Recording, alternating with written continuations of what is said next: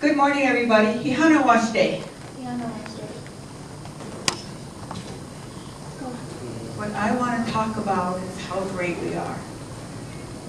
Native assets, that's us. That's our land, that's our resources, that's everything we are and everything around us. A long time ago, there was a man named Dr. Jack Barton who told me, Standing Rock is a world of opportunity. You think it, you could do it here. This is open area. Think it, you can do it. And I thought, I want to talk about stories. So that's what I do. I tell stories as my job. Because stories are so important to who we are. But one of the things that I found out doing what I do, the greatest asset we have is being who we are. Do you know that we are the only people like us in the whole world? There is nobody unique like us. There is nobody that speaks our language in this world. There is nobody that sings songs like we do. There is nobody who lives like we do. And guess what? There are people around the world who just want to touch you. They want to be around real Native people. And it's really important. You do not know how precious you are. Because there's not a lot of us. But we are unique in the world. Our stories are unique. Our history of the land is unique. And it sells. When we go into this subject of selling stories, we have to make sure, first and foremost, we preserve what is sacred to us. We do not take individual family stories, but we can tell stories. So I stick with historic facts because Standing Rock, all the history of the whole world happened on Standing Rock. We have the Wild West, we have fur traders, of course we have all of our Native people. We have everything here.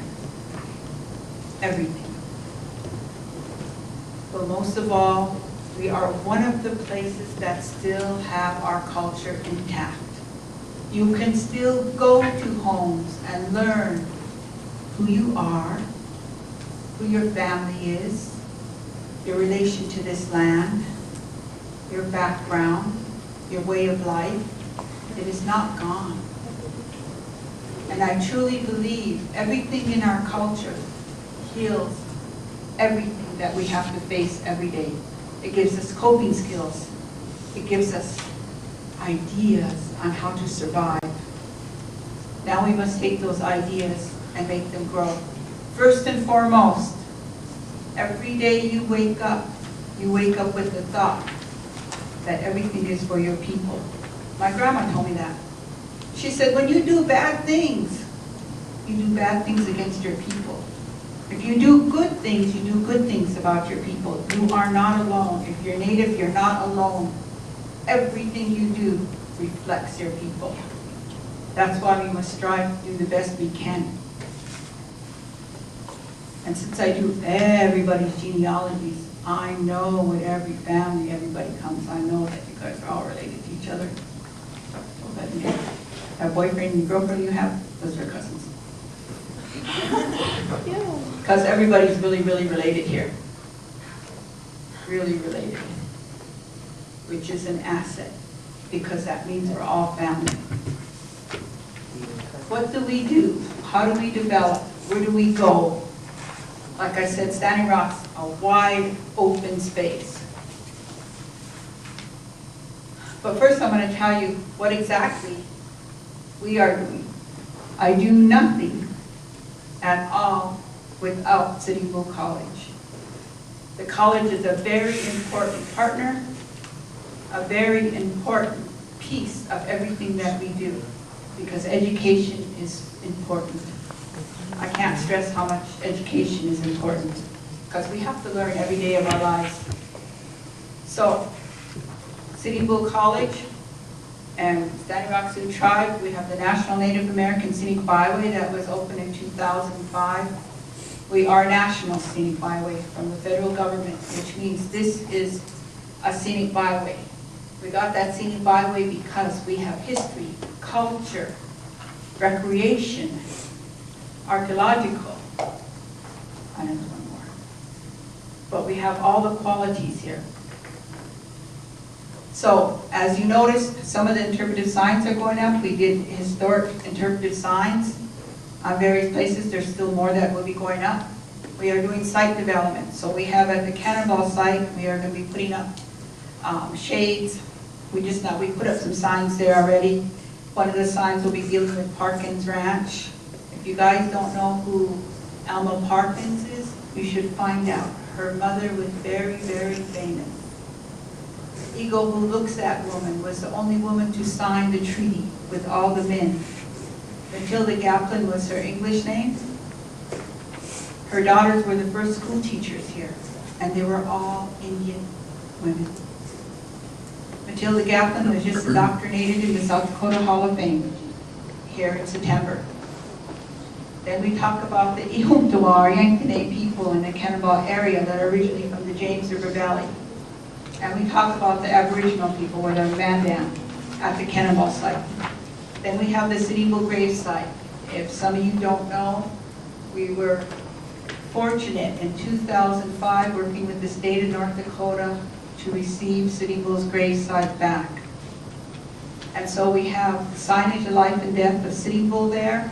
We will be doing the site development. We'll be making the, where Sitting Bull's rock is, a medicine wheel with benches. It'll really look nice. We're just now getting the lamp poles up. Then we have the Sitting Bull Park, which will be located right outside the tribal building next to the Standing Rock. And in there we'll have signage on tribal government and the history of Standing Rock. If you don't know the history of the Standing Rock, find out, because there are 5 different oral histories of Standing Rock. We know the Marie McLaughlin story because that was the one that was wrote. Standing Rock is a unique structure. It is what we're named after. The second area we're doing is the Catholic Church, which we talk about the Indian police and the police force here. And then we have the stockade. Hopefully, the beginning of this next spring, that building will be put into Standing Rock property, and we are renovating that, which is the last building of the military fort of Fort Yates, and we're building a gift shop there and to tour. It is where Rain in the Face was imprisoned, and many other people were imprisoned. Many for saying prayer.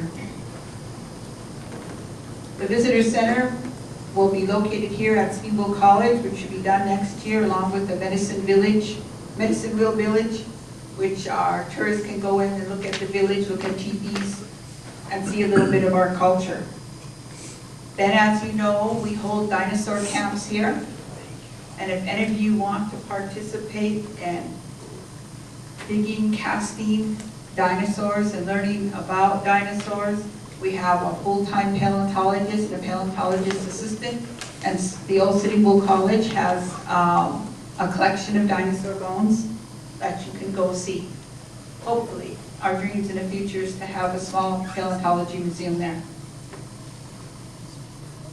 We have the kiosks. We have a video of Standing Rock history now done. We do radio programs, both in North Dakota and South Dakota. We have websites.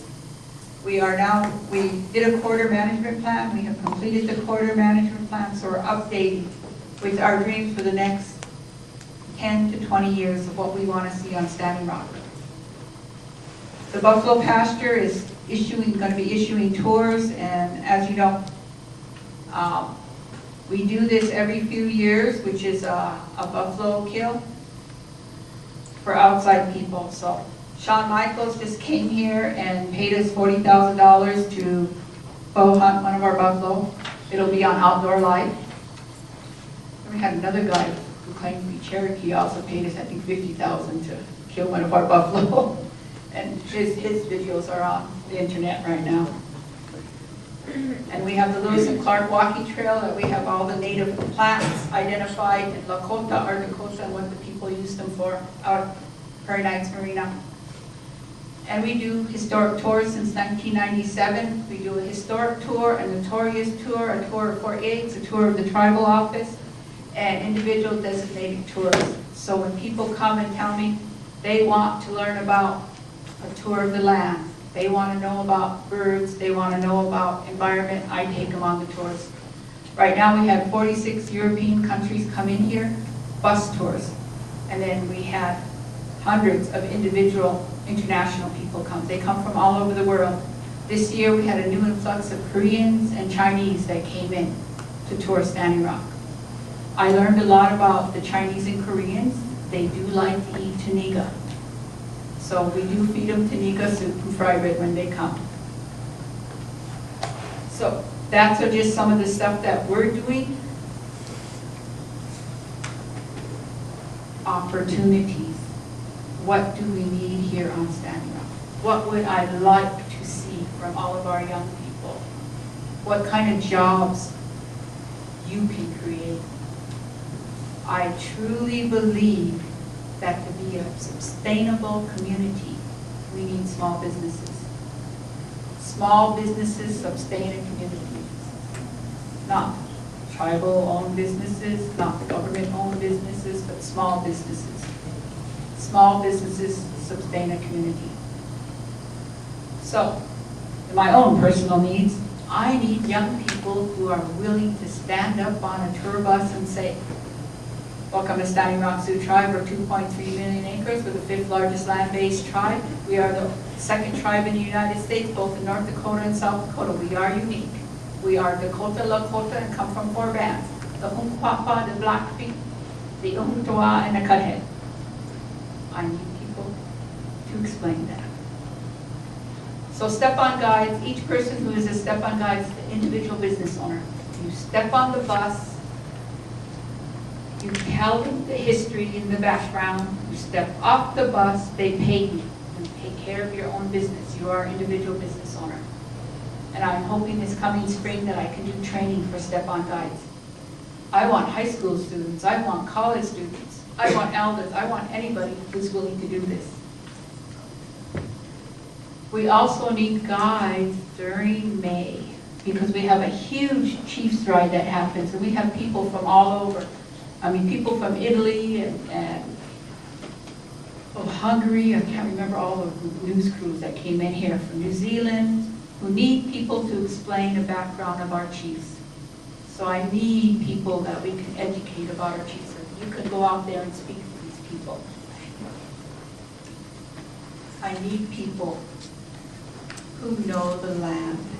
We need more hunting and fishing guides, more pheasant hunters. And I don't know if anybody knows, but prairie dog hunting is a big thing. Yeah. I like prairie dog hunters. I got too much prairie dogs on that. But they come from New York, they come from Connecticut, they come from all over. It is a huge business. And you know where there's prairie dogs at, so. Here, you guys know your own land. Hunting and fishing guides are very important. But what if you were to take that one step, open your own hunting cabins and rent them out? The industry's wide open. What I really like is storytellers. Right now we need storytellers at the paleontology camps. We need storytellers. And what is telling stories? As this one lady says, I come here because you guys talk story. Talking stories, how you grew up, how to ride a horse, what you do every day, how it is to live in a community. Good and bad, what is your life? Stories. How is your relationship with your grandmother? What kind of stories did your parents tell you? Stories, along with our historic stories, which are many. We are now, I have to admit, I'm not a hunter or fisher, but right now I'm working on doing one of the largest hunting and fishing derbies here. I'm working with the guy out of Wisconsin, and with the chairman to host one of the largest fishing derbies on Standing Rock through Prairie Nights. So we're trying to get that done. Fishing is a big thing. I need powwow guides. I need young people who are willing to stand up when I bring a group and explain what it is a powwow is. Explain what's going on, explain the dance, explain the songs. And all of these pay money. We need more people to teach how to make wasna. I don't know if you know, but taco bars are huge these days. They are all over the world, and it's a viable business. Our traditional foods are a viable business. I was going through, and when I was a kid, and when we ran out of money and didn't have, my grandma made us gabubu bread. Now today, hardly anybody makes gabubu bread, but it's been requested. Every group wants to come and have gabubu bread. And if I could get somebody to make gabubu bread, we would pay, isn't that something? Soup and gabubu bread, that's what these people want. When I bring in a group of people from France, Germany, they want to eat native foods. They want dried corn soup. They want gabubu bread. Because we all know fried breads. That gabubu bread's kind of a little better for you than fried bread. Fried bread's not really native. We need more cooks. Each of you can make money cooking. My sister just got back here from Kansas. We always worked as long as I can remember. So she got back and she said, wow, what can I do? I said, well, cook. So she went over to Loretta Bad Heart Bulls and made a deal with her. So she makes breakfast burritos every Wednesday morning and sells them from Loretta's shop. And then Sandy Wigger called her and asked her if she could cook breakfasts and lunches at the store. So she's over there cooking breakfasts and lunches. And the evening, she caters and cooks for anybody else. She's making pretty good money, and she's only been here a month and a half, almost 2 months. She's making money by cooking. When at the tribal office, everybody says, who's here selling food? Because people come in and sell food. It's a great money raiser. You need to raise money for a school activity, an event. I know one lady who went out there and raised money to pay her hospital bill. Cook food, soups, fried bread.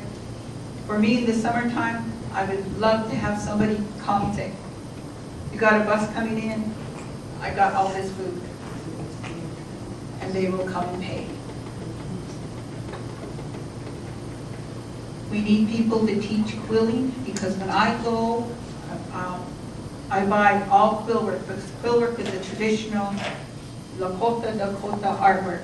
I buy more quill work than I do bead work, because quill work is our Aboriginal artwork. And so I need people to come out and train on quilling.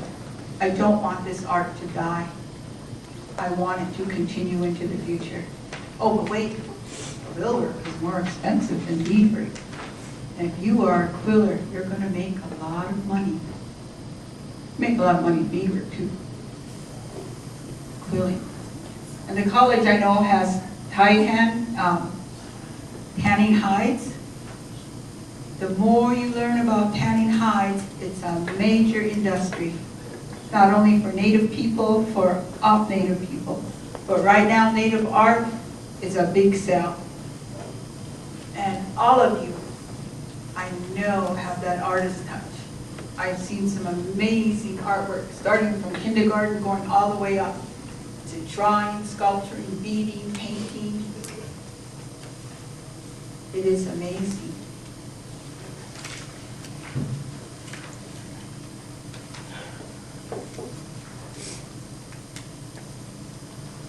So, I envision, I have a lot of visions, I envision that one day you can drive through here and we'll have Indian taco stands, and people can just stop by and buy Indian tacos.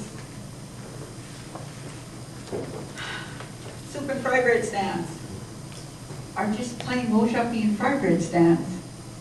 People will buy. In the summertime, you would not believe how many people come through here. arts and crafts stands. You know, go down to Navajo country and they have art stands all over the place. I know, I stop at them, selling their artwork.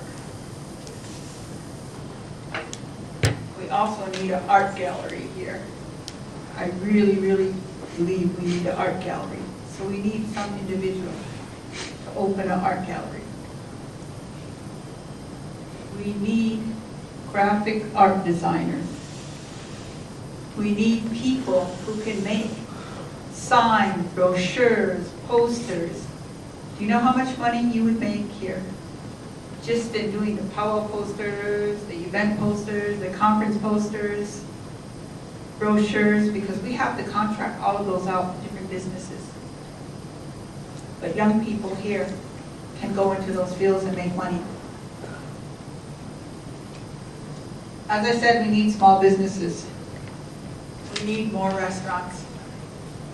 We need even small soup and sandwich restaurants. We need places where people can stop.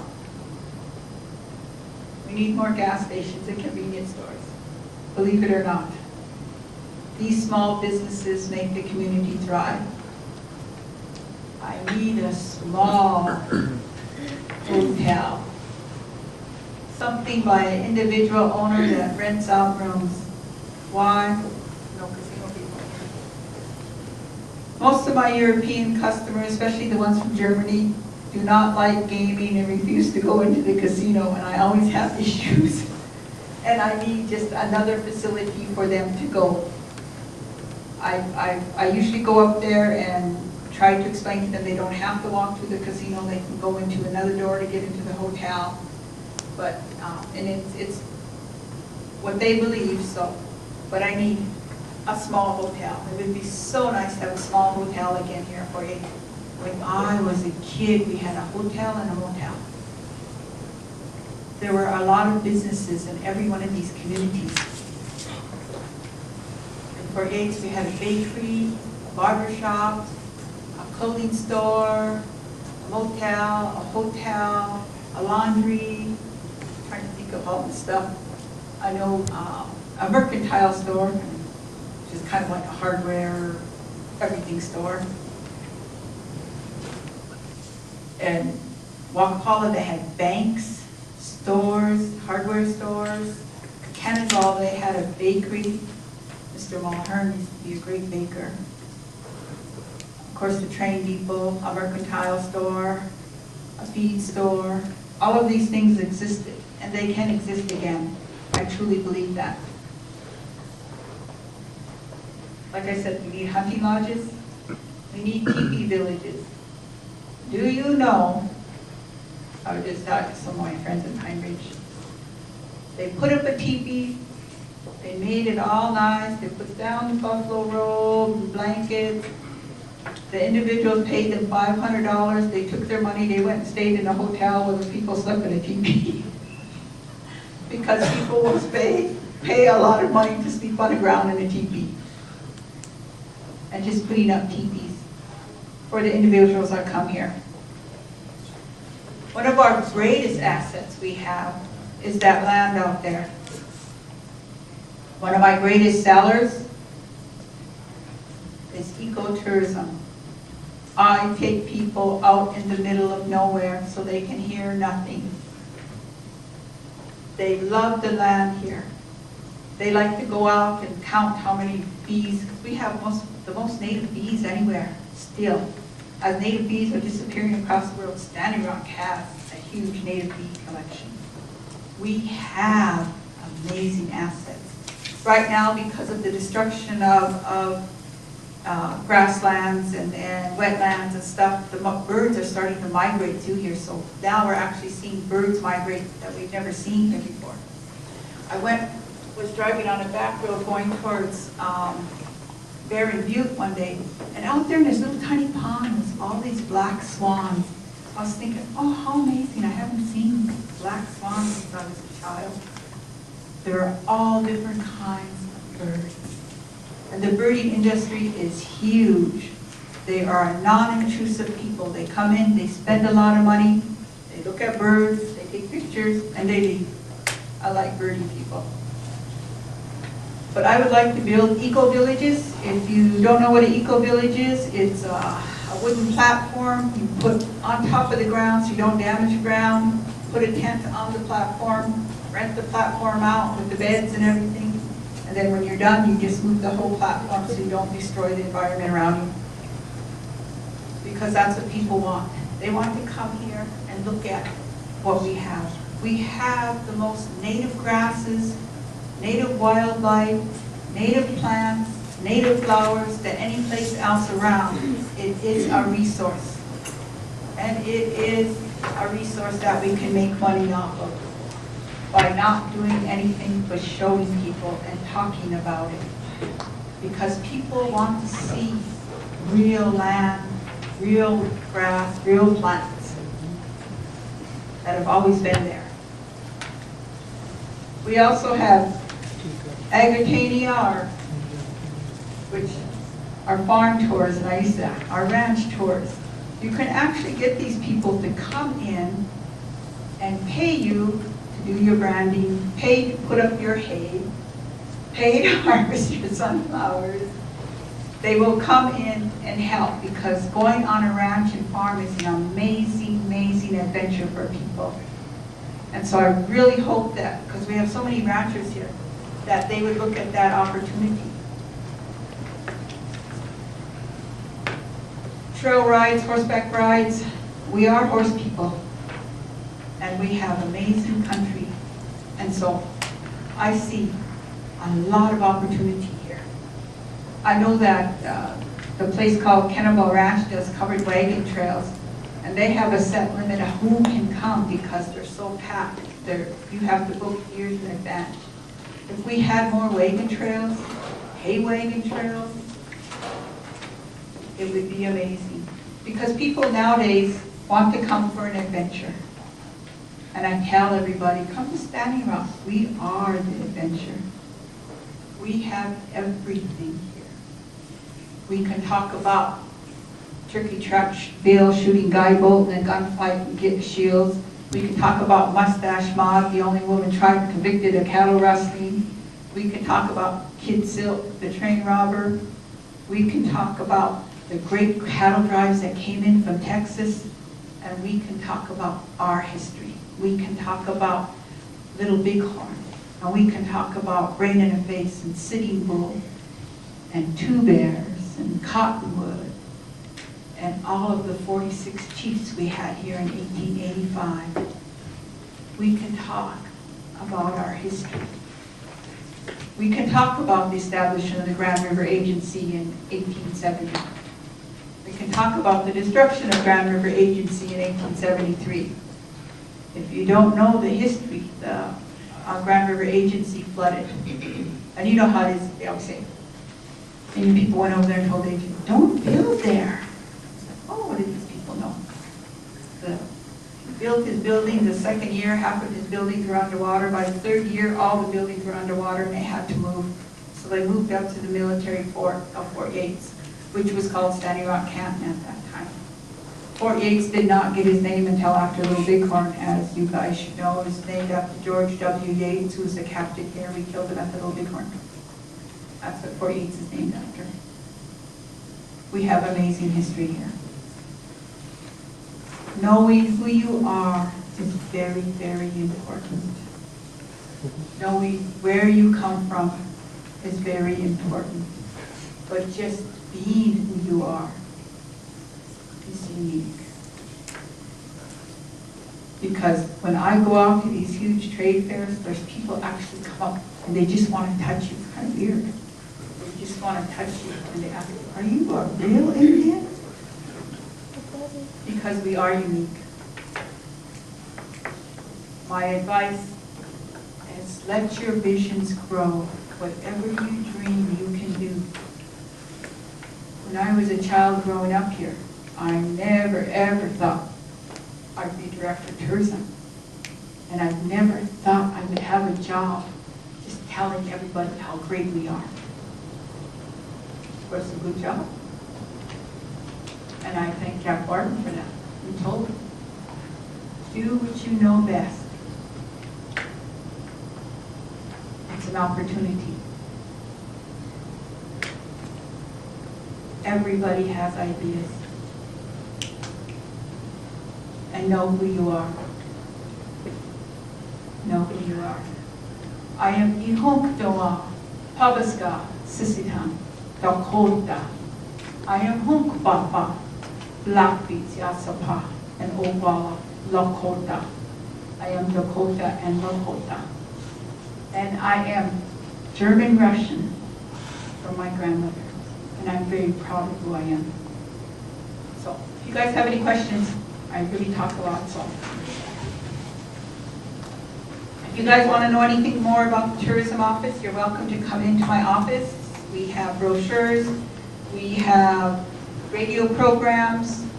I do advertisement all over the place. I'm always looking for young people to come in and listen, learn about history. And most of all, I do everybody's genealogies on Standing Rock so I can tell you who, how, and why you should be going with that girl or that boy because of your relatives. That's a question.